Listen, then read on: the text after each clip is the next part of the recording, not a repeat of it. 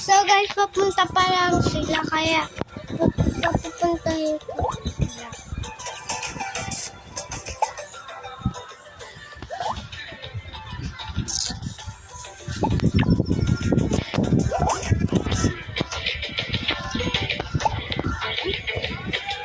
Ito yung mama. Ito naman yung